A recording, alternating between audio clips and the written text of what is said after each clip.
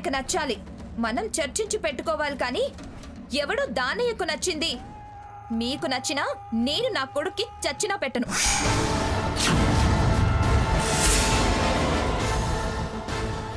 మా నాన్నని అడుగుతా, ఆయనేం చెప్తే అదే పెడతాను.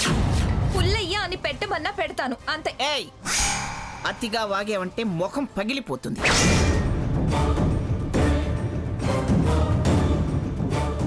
పుల్లయ్య పెంటయ్య అని పెడుతుందట పేరు. చూడండి, మీరు వాళ్ళ మాటలేం పట్టించుకోకండి. ప్రకటన నాది, మీరు ముందు అచ్చు వేయించండి.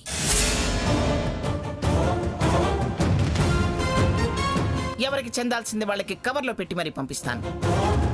మీరు వెళ్ళండి. నమస్తే మేడం. మంచిది.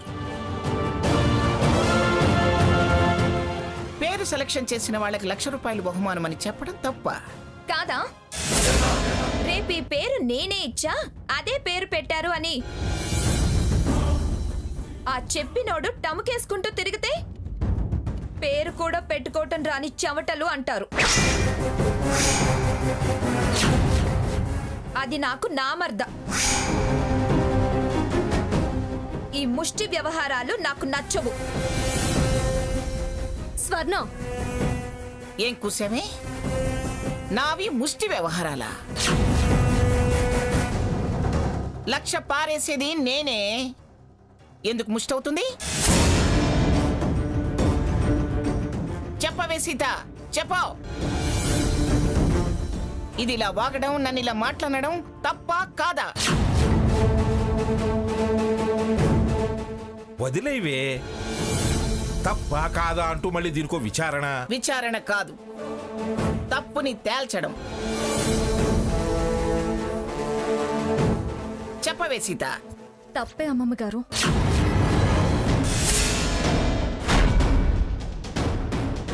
అయితే ఒక్క తీయచ్చుగా.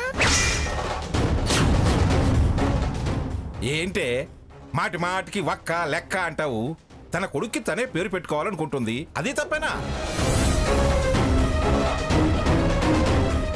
అనుకోవడం తప్పు కాదు, నన్ను మాట్లాడడం, నాది తప్పనడం తప్పు. నువ్వు విలేకరులను పిలవడం తప్పే. ఏరే సాకే, నీ కొడుక్కి, నా మునిమనవడికి మంచి పేరు పెట్టాలనుకోవడం తప్ప కాదు గ్రాని. ఏరా రఘురాం, నువ్వు చెప్పు, నా తప్ప? మంచి పేరు కోసమేగా. రేపు ఆ పేరు వాడికేగా స్పెషల్ రికగ్నైజేషన్ ఇచ్చేది. ఆ, అది తప్పెలా అవుతుంది? విన్నారుగా, అది అందరి అభిప్రాయాలు ఒకటైతే దాని అభిప్రాయం మరొకటి.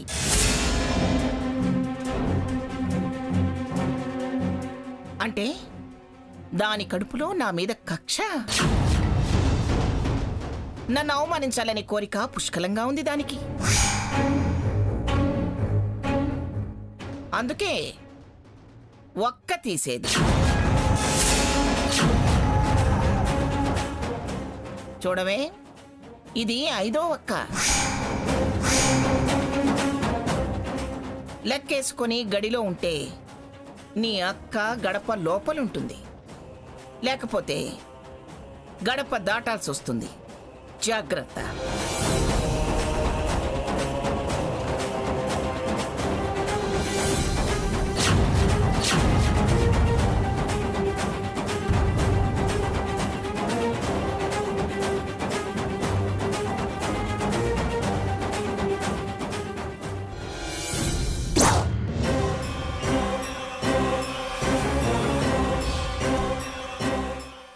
ఏమిటి ద్వారపాలకులు అలా నించున్నారు? ఇదే ఆఖరి ఒక్క. తప్పైందని చెంపలేసుకున్నా, క్షమాపణ చెప్పినా, ముక్కు నేలకి రాసినా ఈ ఒక్కకి డబ్బాలో చోటు లేదు.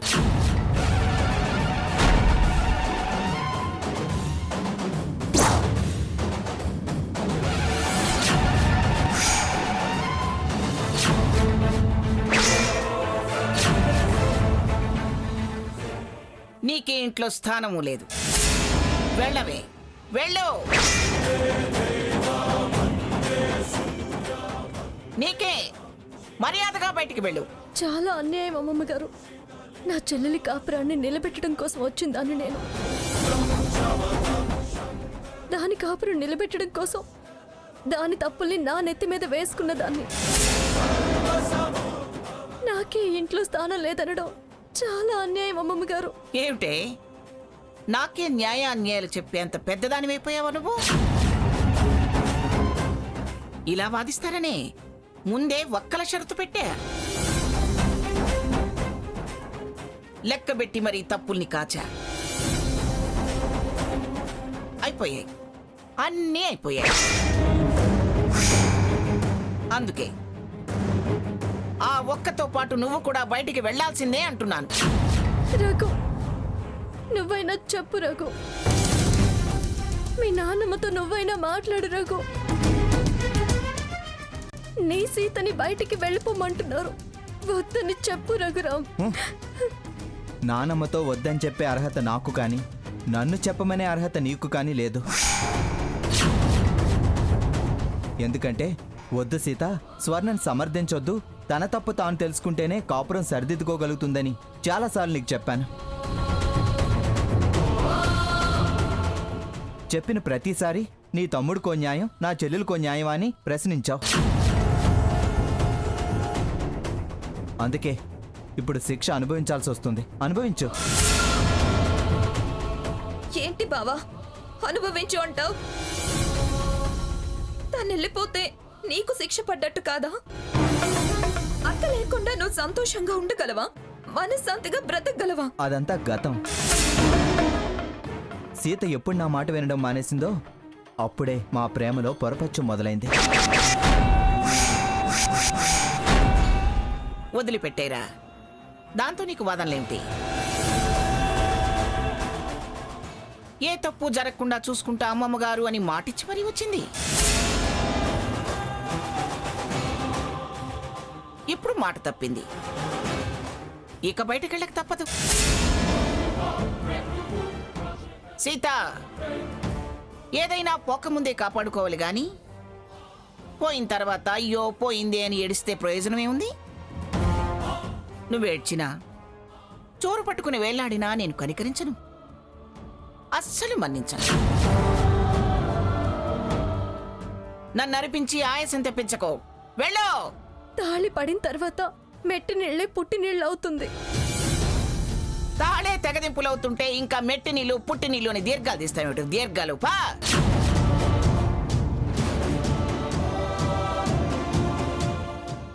రే రఘురామ్, తీసుకెళ్ళి తిని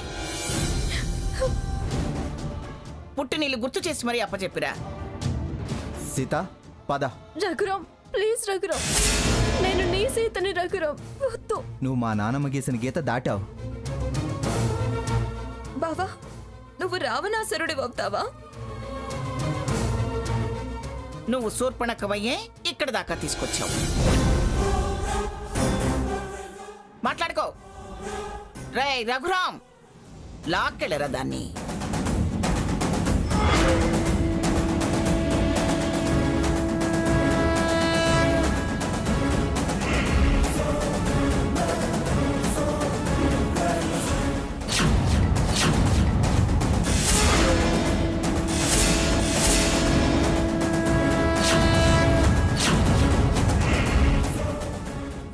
సీత, సీత ఆగు. అక్క అక్క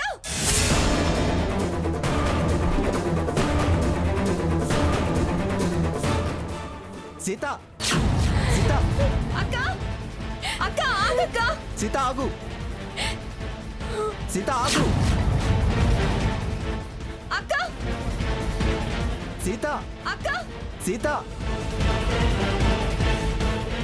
అక్క సీత ఆగు. అక్క సీత, అక్క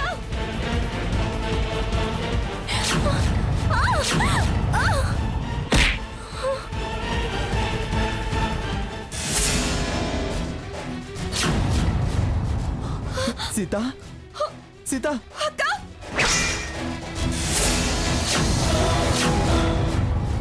లే సీత, సీత సీత కళ్ళు తెరు సీత సీత సీత లేక సీత సీత సీత సీత కళ్ళు తెరు సీత సీత లేక మాట్లాడు సీత సీత సీత లేక సీత నన్ను చూడు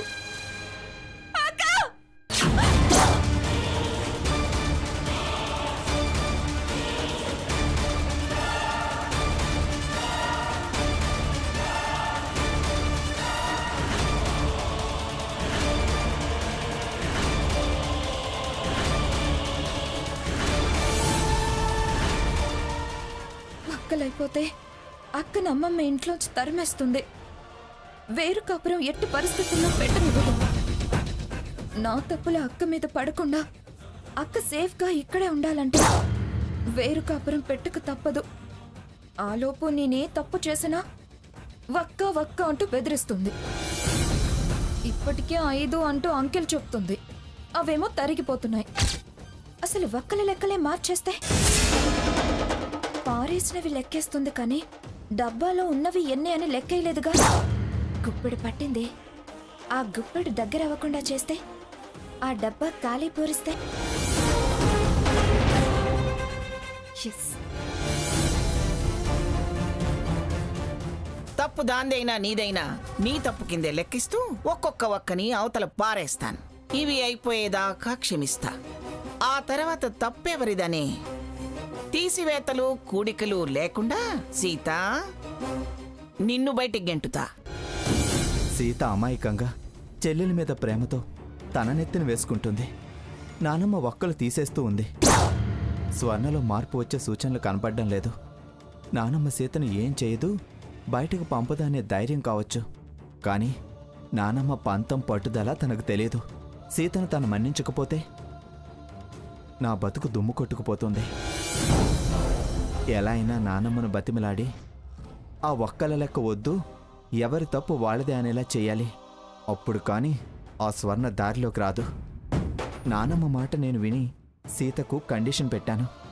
ఇప్పుడు నా మాట నానమ్మ వినదా? కండిషన్ మార్చదా? మారుస్తుంది. నానమ్మ చాలా మంచిది.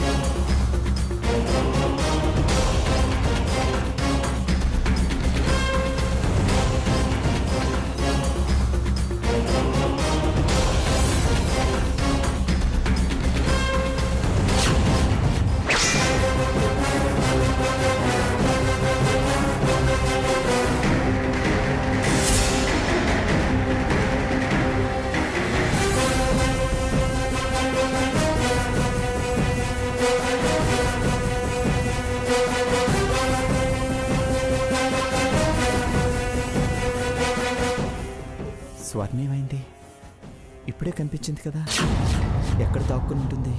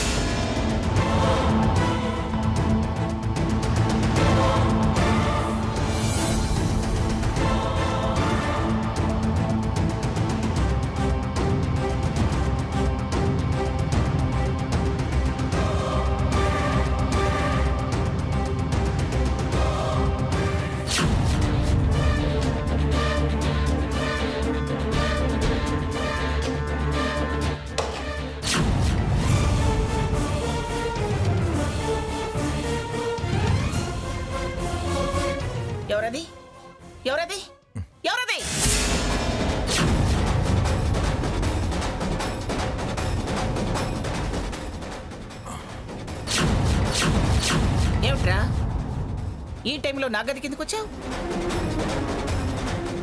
ఆ ఒక్కల డబ్బా ఎందుకు తీసావు? నానమ్మ అది ఇంక నువ్వేం చెప్పక్కర్లేదురా. ఒక్కలు తగ్గుతున్నాయి, అయిపోతే నీ పెళ్ళాన్ని ఇంట్లో నుంచి వెళ్ళగొడతాననే భయంతో దాంట్లో మళ్ళీ ఒక్కలు వేసి డబ్బా ఖాళీ కాకుండా చేసి నీ పెళ్ళాన్ని కాపాడుకుందామనేగా ఇలా తెగబడ్డావు. నన్ను దక్కించుకోవడానికే దొంగగా మారావా రఘురాం? నువ్వు ఇలాంటి పని చేయవు, కానీ అది మారడం లేదు. నీ ప్రేమ నేను అర్థం చేసుకున్నాను. దాన్ని సమర్థించొద్దు అనుకున్నా అది ఆఖరికి నా కోసం వేరు కాపురం పెట్టాలనే ప్రయత్నంలో ఉంది. ఇద్దరికీ నా మీద ప్రేమ ఉంది, కానీ ఆలోచనల్లో మార్పు ఉంది, అభిప్రాయాల్లో మార్పు ఉంది. అయితే కావచ్చు, పెళ్ళాం మీద ప్రేమ ఉండదా? అది తప్ప. వాడికి పెళ్ళాం మీదంత ప్రేమ ఉంటే నాకు చెప్పుకోవాలి గాని ఇదేమిటండి? నా చెవులకు తాటెకులు కట్టి నా కళ్ళు కప్పి రాత్రిపూట నా గదిలోకి దూరి నన్నే అమర్చాలని చూస్తాడా? అది తప్పు.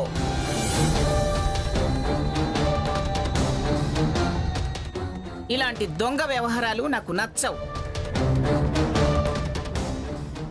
సహించను, క్షమించను. అది నానమ్మ నేను వచ్చేసరికి పడింది. ఆ చప్పుడికేగా నువ్వు లేచింది.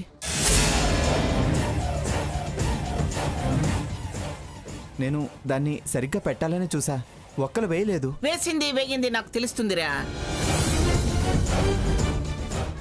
ఉన్న వాటి లెక్క, పడేసిన వాటి లెక్క నాకు కంటతా ఉంది. తప్పు చేసింది కాక మళ్ళీ అబద్ధాలు చెప్పకురా, నాకు ఒళ్ళు మండుతుంది.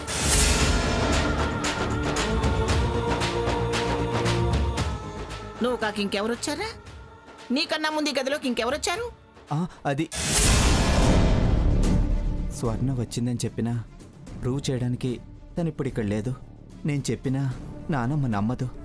పైగా సీత నేను తప్పు చేసి స్వర్ణ మీద నెట్టాలని చూస్తున్నాను అనుకుంటుంది. ఏం చెప్పాలి, ఏం చెయ్యాలి? నానమ్మ అది కాదు నానమ్మ. ఇక నువ్వేం మాట్లాడుకో, నాకన్నీ తెలుసు. సీత, వాడి చేతిలో ఒక్కల డబ్బా నువ్వు చూసావుగా? నా కోసం దోషిగా నిలబడాల్సి వచ్చింది రఘురాం. మాట్లాడవేమే?